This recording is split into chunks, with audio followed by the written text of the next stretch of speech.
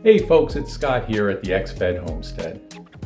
I'm sitting here in front of a south-facing window. This corner of my house has a south-facing window here, which you can see the sun coming straight through, and an east-facing window right here. This is the best corner of the house for me to grow seeds, and right now what I want to do is start some sweet potato slips.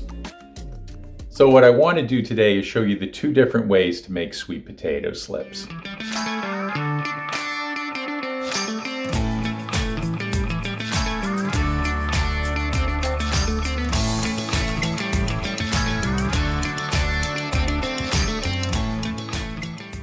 I didn't have great luck with sweet potatoes this year, but I want to do my best to be prepared to have a good season.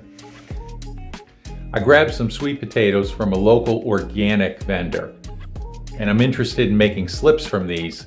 Here in the northern part of the country, sweet potatoes wasn't something that we grew up with. It was a taste that I had to acquire over the years. But now, after years as a gardener, I've learned how to develop sweet potatoes at home. You can't just plant potatoes and get sweet potatoes. It's better to develop sweet potato slips, which are little tiny plants that you can force to come out of sweet potatoes. So I'm going to show you the two main methods of doing that here. The first way to make sweet potatoes is to put them into dirt to help them establish a shallow root system. Here I have a Beauregard potato, a sweet potato.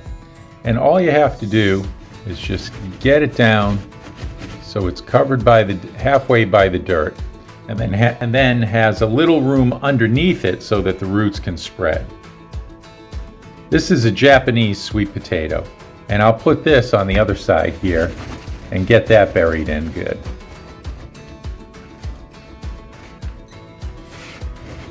Now I'm just gonna water these.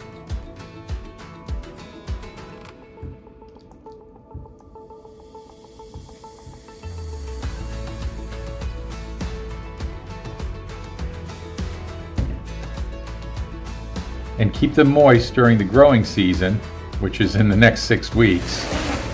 And then I'm going to put them in a sunny window. And in several weeks, we should have some sweet potato slips sprouting out of there. The second way to make a sweet potato slip is to take a potato and stick toothpicks in it on 3 sides and dip it into water.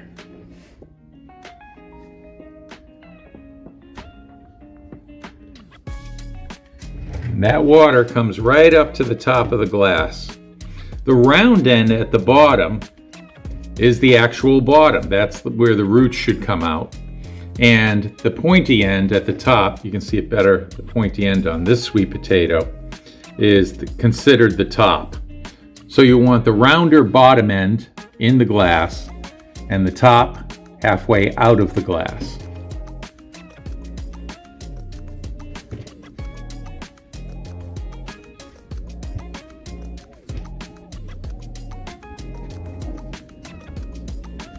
I'll add a little more water here,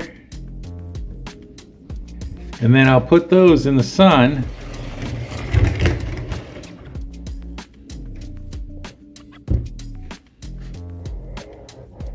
And those will be ready to go in about 6 weeks or so.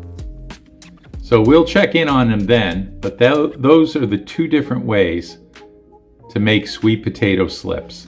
The slips will grow right out of the tops here, and over here on the ones in dirt, they'll grow out of the bottom and come up to the side. And then we can snip them off and put them in water and let them develop roots. So those are the two main ways you make sweet potato slips. You can either lay them in the dirt and keep them moist, or stick them in a glass of water halfway up, and sweet potato slips will start developing after a couple of weeks. Once the sweet potato slips have developed and have true leaves on them and are about this big, then you can snip them off and put them in a glass of water so that they'll develop more roots. And then, once your last frost date is passed, you can get them in the ground for the hot weather. This is Scott at the XFed Homestead. We'll see you next time.